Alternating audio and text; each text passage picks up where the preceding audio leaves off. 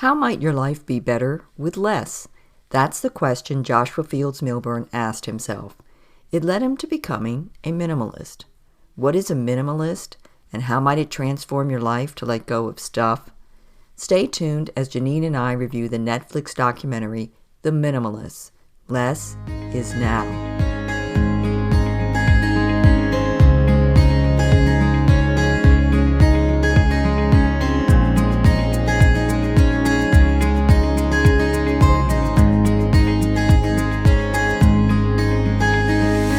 Welcome to the Jesus People Sisterhood podcast, a place where Christian single women aged 50 plus connect. I am your host, Janine Jordan, a Christian confidence coach and leadership mentor in Alberta, Canada. And I'm your co-host, Ellie McCormick, a Christian longevity coach and mentor in the USA. Being single women over 50, we know what it's like to feel overlooked, to have unrealized dreams, to experience the challenges of singlehood, and to be concerned about what our future will look like. We couldn't find anything online for single Christian women over 50, so we created Jesus People Sisterhood just for you, a place where sisters encourage and empower one another through the last third of life, because you are a treasure trove of wisdom and of exceedingly great value.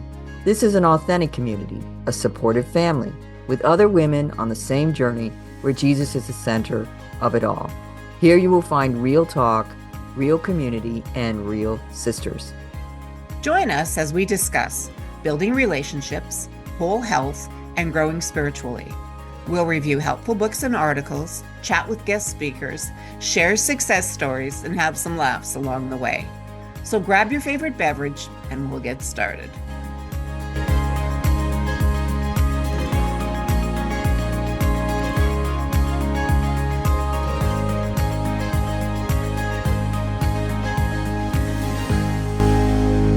Today we give a shout out to our sisters in Missouri and Bulgaria.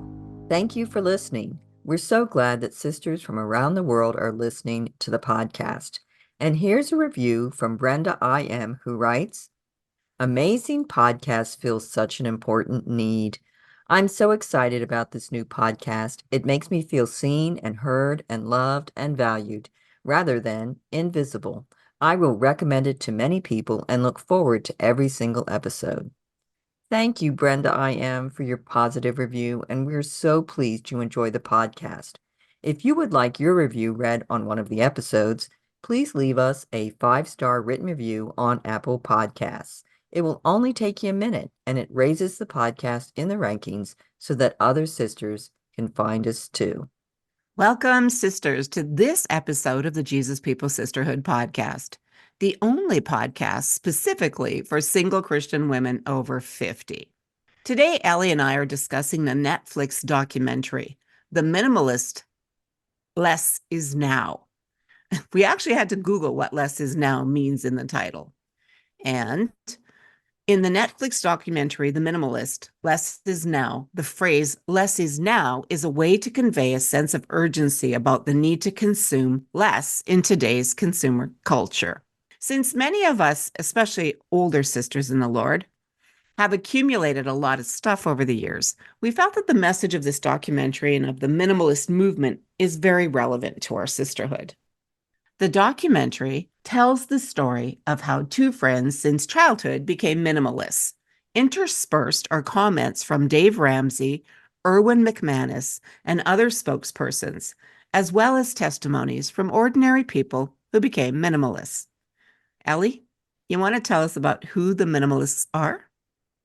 Sure. So the story or the creation of the documentary, but actually it starts back to kind of a movement, was started by Joshua Fields Millburn and his childhood friend, Ryan Nicodemus. Both Josh and Ryan met in elementary school or middle school and became best friends. They were both from single mom households and they grew up very poor. In that situation, they both had a desire to grow up and become wealthy so that they could buy a lot of stuff. Because they thought if they grew up and became wealthy, that was going to bring them happiness. Because obviously they had a lot of unhappiness growing up in a poor single parent home. that's basically what both of them did. But what happened is, as they both did become successful as adults, they really didn't become happy by all the stuff that they bought. And it actually started with Josh first. His mother died, and then his marriage fell apart. And he started to think, okay, I have all this money, I have this great job, and I bought all this stuff, but I'm not happy. And so he began to ask the question, how might my life be better with less? Is that maybe all the things he thought was going to make him happy, which was stuff, really didn't. The documentary starts there with that backstory and then moves forward about minimalism. Janine, what were your takeaways from the film?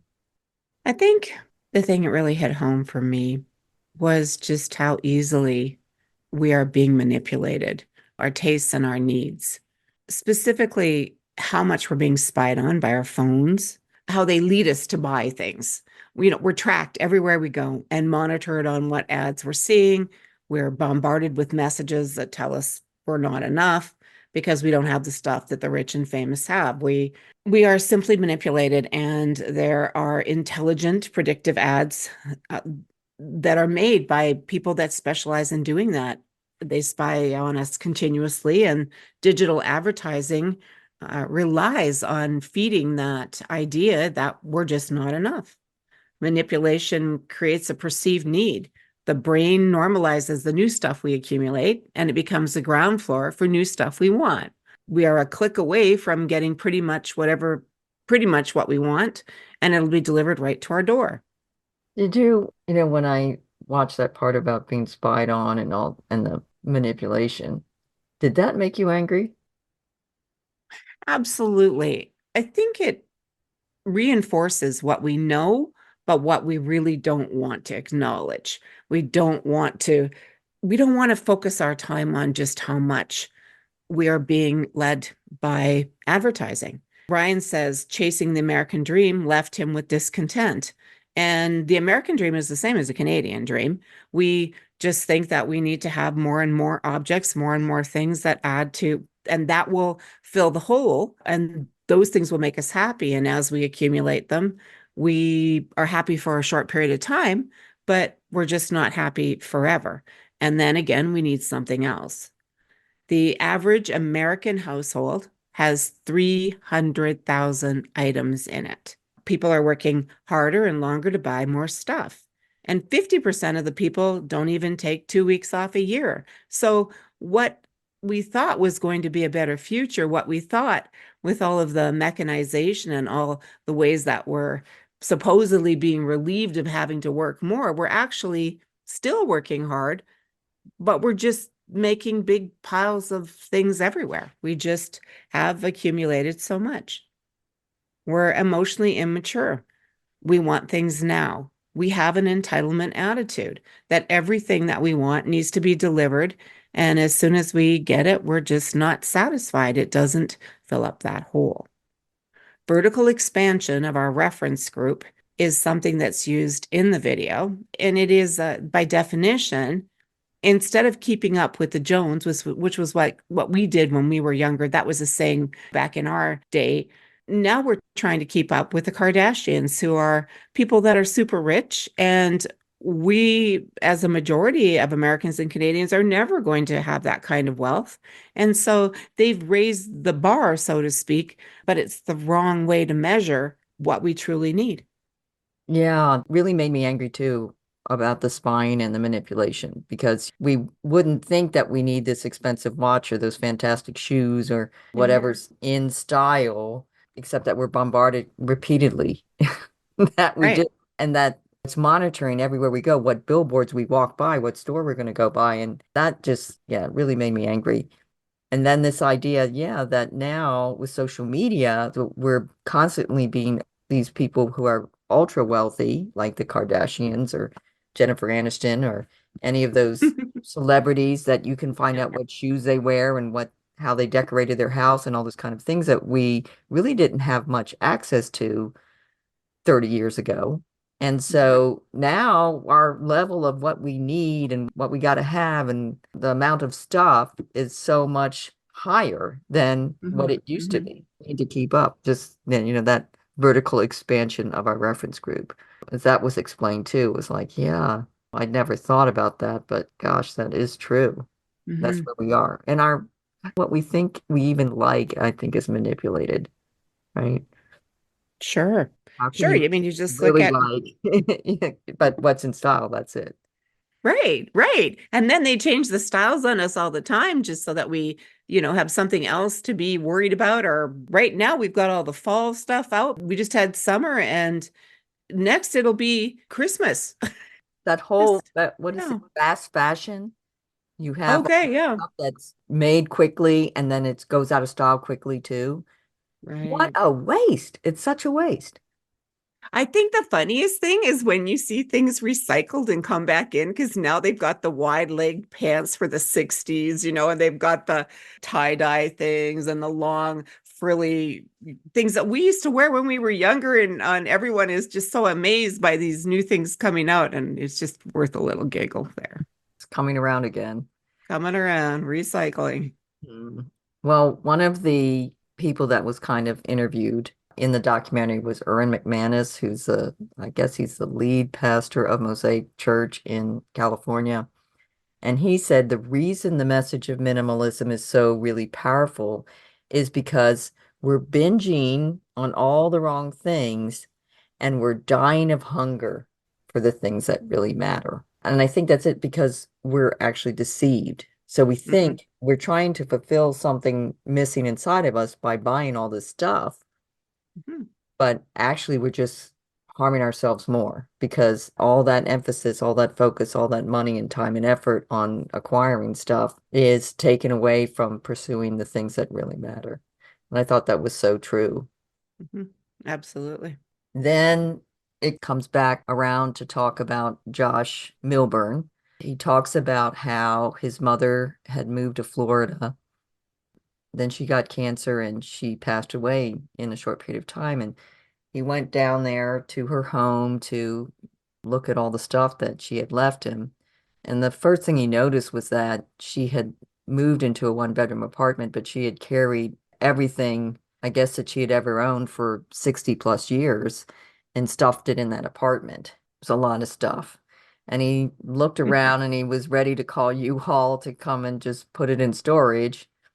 And Mhm. then he went and he looked under his mother's bed and he saw these several boxes, like computer boxes, computer paper boxes, I guess, marked up and they were taped up shut. And then he's like, what is that? So he pulled it out and he saw they were all his papers from like elementary school. And it was Yeah. clear that his mom had never looked at them. And he was like, why was my mom keeping this stuff? And he realized it was because it was her way of somehow holding on to him, her way of keeping memories of him. But she just toted that stuff around for years. She never looked at it. It was the wrong way of thinking of how to hold on to memories of him. Mhm. And it really affected him to think about, memories are not things, they're in us. And so he decided, I guess, a kind of like a moment of truth for him, that he didn't want to keep all this stuff from his mom. It was like, what was the point? Yeah. We asked all her friends to come and pick whatever they wanted. And then he chose just a few items that were Mhm. special to him that were going to remind him of her. He said, by holding just a few items, you treasure those items more. And I think that's true. I've done that with things from my family or people from my Mhm. past. It's just one or two items. And then they are special. Then if you keep everything, he realized, he would have just put it all in storage and it would have just sat there. Mhm. So he donated stuff, did whatever, that it could just bless somebody else instead of holding all this stuff, accumulating more and more stuff. And he asked himself again, and we should ask ourselves, how might our lives be better with less? That it Mhm. was going to make his life better, and it might have made his mom's life better than Mhm. to have to carry all that stuff around. I think of my mom had all the stuff she accumulated at the end of her life. Now, some of it I do treasure, and she had a lot of grandkids, so they could all pick something, but some of it was just junk. And I think it costs us in our life, the stuff we hold on to that we have no use for, we're not Mhm. using. It doesn't give us joy and we have no use for it. I think also just ladies noticing now, all, our, a lot of people our age, we have a lot of stuff we've accumulated that is just weighing us down, right? Yeah, absolutely. I think you're right. We do. We seem to be sometimes the dumping grounds from other people, from either somebody passes away or somebody moves away, and we often get the stuff, and we do. We become the accumulators of more stuff. Yep. Yeah. Or we might feel guilty. Like, I feel guilty. Maybe that's how Josh's mom felt. She felt guilty to throw his stuff away. But I think we need to change our mindset because Mhm. that's not accurate, right? Well, I think too of my own grandma's house when we were going through things, and they were just things that weren't of necessary value, and she probably some of them she probably highly valued. But again, if you have so many things, there's just nowhere for other people to put them as well, and they could be put to good use if they were to go somewhere to somebody who actually needed them as well. So, yeah, Yeah. I think it takes away from who the person is. I mean, a man's life is more than his possessions. right. I hope that when I go home, that my Mhm. family and friends don't think of me as what I owned. Right. The Or best, open up a cupboard yeah. and see all this stuff that you had in there that That you had every intention of doing something with, and now they're stuck with having to clean it up. Yeah. I would hope their best memories of me are experiences or time spent Mhm. together or gestures Right. of love or kindness, Right. not, wow, she owned a Mercedes or something. Or yeah, or 10 rings and 13 ponytail holders or something like that. Yeah. Right. Yeah. Um, so the purpose of minimalism, if you simplify your life, you'll have more time for your health, your relationships, your creativity, your finances, and you could contribute beyond yourself in a meaningful way. That was the statement that Josh made. And I think that's true also. It didn't come from a Christian perspective, but you could add that. All those things is that you can serve the Lord. You have time to serve the Lord, and you're not being held back by what you own. I remember many people saying over the years, is it something that you own or does it own you? Right. It's like when you have expensive things or a lot of things, they start to own you instead of they're just a thing that you own and you use. Right. Where you spend your time is where you spend your love and where you spend your focus and your energy. Yeah, exactly. Yeah. So their suggestion at the end of the documentary was try removing one material possession each day for a month and then returning only the things that added value to your life. Hmm. Yeah. There was another show, I think it was called Tidying Up with Marie Kondo. She's a Japanese lady. Hmm. She doesn't do it anymore because I think she said she got too busy. Something like that. And she couldn't do Got that. it. But she used to have this thing like she had a method, you put all your clothes on your bed and then you start going through what doesn't fit. And then also different things in your home, like hold it in your hand. And if it doesn't give you joy, to get rid of it or you Hmm. don't use it. Because I would say Mm. I might hold a garlic press in my hand. It doesn't give me joy, but I use it. So, Right, right. so I might keep that. It Yeah. goes on to say, as a minimalist, every possession serves a purpose or brings joy, and everything else is out of the way. Mhm. You should ask yourself, what is truly important in my life? Why have I been so discontented? Who is the person I want to become? And Mhm. how will I define my own success? Mhm. And if you don't answer those questions carefully, you'll go right back to purchasing all the stuff and filling up your closets again. So it's important to really sit and think about the answer to that. I think especially the last one. Who's the person I want to become and how will I define my own success? Because I think that's where we're often deceived in, gee, if I look this way, I'm going to buy all these clothes, I'm going to buy this jewelry, I'm going to buy this, and I'm going to look like this. Mm-hmm. And that's the image I want to convey to people. And then that somehow I'm successful then. But we live for an audience of one. Right. We shouldn't be spending all this money, effort, and time to impress other people with all the stuff we own. Right. Right. People who do think that way, they will never find that they're contented with that. Mm-hmm. It just never satisfies. Mm-hmm. Absolutely. Janine, what is the definition of minimalism from the film? Minimalism is the thing that gets us past the things so we can make room for the most important things, which actually aren't things at all. Let me say that one more time. Minimalism is the thing that gets us past the things so we can make room for the most important things, which actually aren't things at all. And you're right. I think that pretty much encapsulates it. And if you're a Christian, obviously, if we have enough time, effort, and money to pursue and fill up our spaces, we certainly have enough time, effort, energy to pursue relationship with the Lord and serve his people and his things that he wants us to do. So really, I mean, that is pretty much the wake-up call. Yeah. Don't get your idea of what a good life is from external sources. Ryan said, an intentional life is a simple life. Don't you love that? Yeah. An intentional life is a simple life.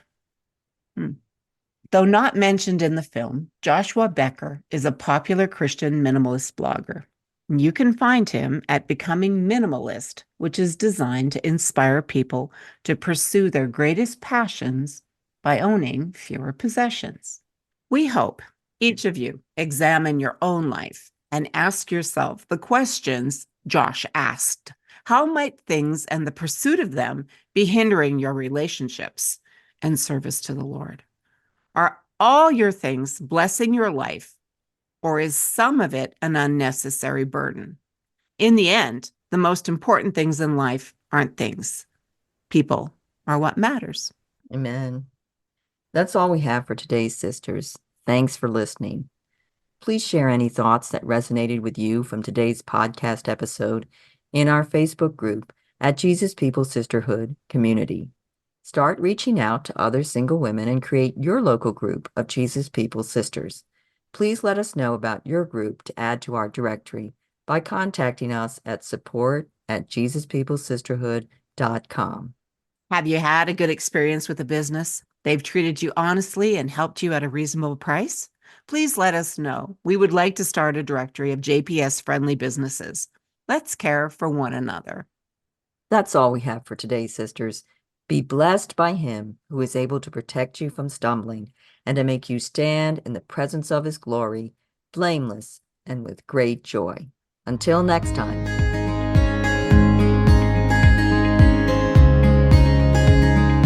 Hey, sister, before you go, thank you for listening. If you found value in today's podcast, the best way to say thank you is by leaving a 5-star written review at Apple Podcasts. That raises us in the rankings and helps other sisters find us too. And please tell a friend or post it on your social media. If you're a single Christian woman over 50, this podcast was created specifically for you. The Jesus People Sisterhood is your community to find support and friendship with other sisters who can understand. Be sure to follow us on your podcast app and join our free private Facebook group at Jesus People Sisterhood Community. Jesus People Sisterhood has also started a private Facebook group for housing and co-living opportunities. You can check that out at Jesus People Sisterhood Senior Housing. You can also find us on Facebook at Jesus People Sisterhood and individually for Janine at riseupcoachingandconsulting.com and for Ellie at samaramountain.com. And ladies, this is the necessary disclaimer. Our podcast content is for informational purposes and does not constitute professional advice for mental health, medical, legal, financial, or other areas. The opinions of the guest do not necessarily reflect the opinions of the hosts. It is our heart that this podcast will be a blessing to you. Together, let's build a powerful sisterhood with Jesus. Make a friend, add a sister, across the border and around the world.